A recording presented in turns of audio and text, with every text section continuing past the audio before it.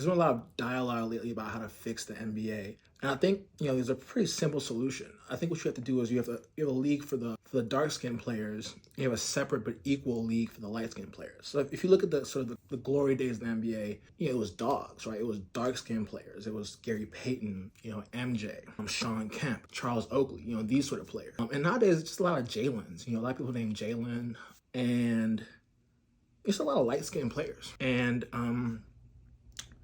there's a lot of people named Jalen and not a lot of Jamals. And so I think what you do is you split the league. You put the light skinned players in one league so they can kind of focus on, because, they care about sort of their outfits, league fits, dating Instagram models, using the NBA as a stepping stone to getting into the fashion industry. And I think you have a separate league where the dark skinned players, they play and they care about, grabbing rebounds, scoring points.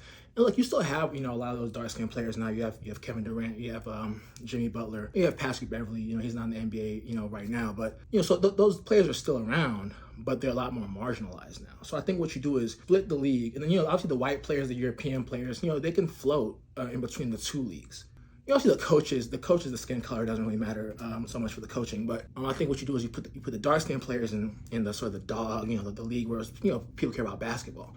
And then you sort of put the light skinned players, Jordan Poole, Kyle Kuzma, Devin Booker, sort of those light skinned players. And they can kind of really focus, it's not so much about the basketball, it's about the outfits. It's about sort of, walking down the tunnel. It's about, which Kardashian, are you sort of dating this week? And so I really think that's sort of the fix for the NBA. And obviously it's not simple. Obviously there's going to be some sort of test, like how light skinned, to sort of go. Steph Curry, right? He's light skinned, but he can kind of, hustle and sort of play defense. And so obviously it's not going to be so easy, but I think that's sort of how you sort of navigate sort of what's going on in the league today.